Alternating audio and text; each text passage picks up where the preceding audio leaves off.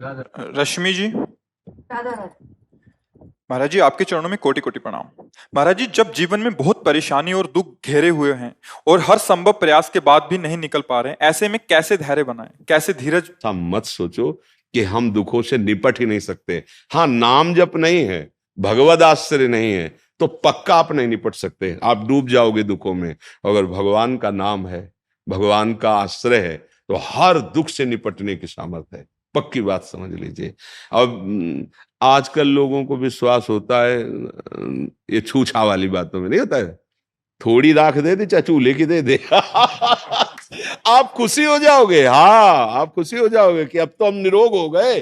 और हम कह रहे जड़ मूल से रोग का नाश करने का, भवरोग का नाश करने का उपाय राधा राधा कहो, राधा राधा कहो। तो ये समझ में नहीं आता क्योंकि इसमें पैसा नहीं लगा, इसमें आपको कोई ऐसा दिखाई नहीं दे रहा है, और ऐसे इधर उधर करके तो फिर वो बात नहीं बनेगी। सत्य वस्तु को स्वीकार करो, हृदय से भगवान का आश्रय और नाम जप, तो पूर्व के जो हमारे पाप कर्म से हमें दुख आ रहा है हम उसे सह लेंगे, और आगे हमसे पाप हो नहीं रहे और भगवान का भजन करें तो आनंद आ जाएगा, आगे आनंद आ जाएगा।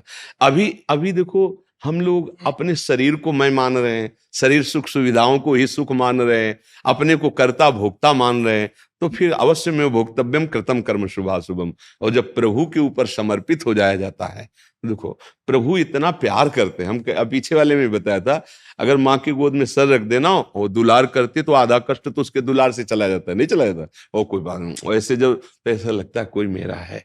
अनंत माताओं जैसा प्यार प्रभु और लाडली जू, तो भला कैसे कष्ट रहेगा। नहीं, आओ कि मैं आपकी हूं, आप मेरे हो। और जब कभी भयानक पीड़ा और कष्ट ऐसा होता है ना, तो श्री जी वहां रहने ही नहीं देती कष्ट की जगह में, आनंद में। तब लगता है कि जीवन का लाभ तो यही है। जैसे आपका ऑपरेशन होना हो और इंजेक्शन लगा दे तो आपका ऑपरेशन हो जाए, कोई परेशानी नहीं पड़ेगी क्योंकि आप है ही नहीं वहां, बेहोश हो गए। तो जो मन एक दवा से इस कोटि का हो सकता है, वो भजन से किस कोटि का हो जाएगा। अब मन उस दुख का भोगने वाला है नहीं, वो श्री जी के पास है, तो शरीर तो कोई फर्क नहीं। हमें ये चाहिए, ये अध्यात्म के द्वारा मिलता है, क्योंकि एक दुख निवृत्त हो जाए तो हमारा काम नहीं बनेगा। लाइन लगी है नहीं, दुख पे दुख, जिधर देखो उधर समस्या ही समस्या। कोई एक ऐसी बात हो जिससे सब समस्याओं का समाधान हो जाए, वो है भगवान का आश्रय।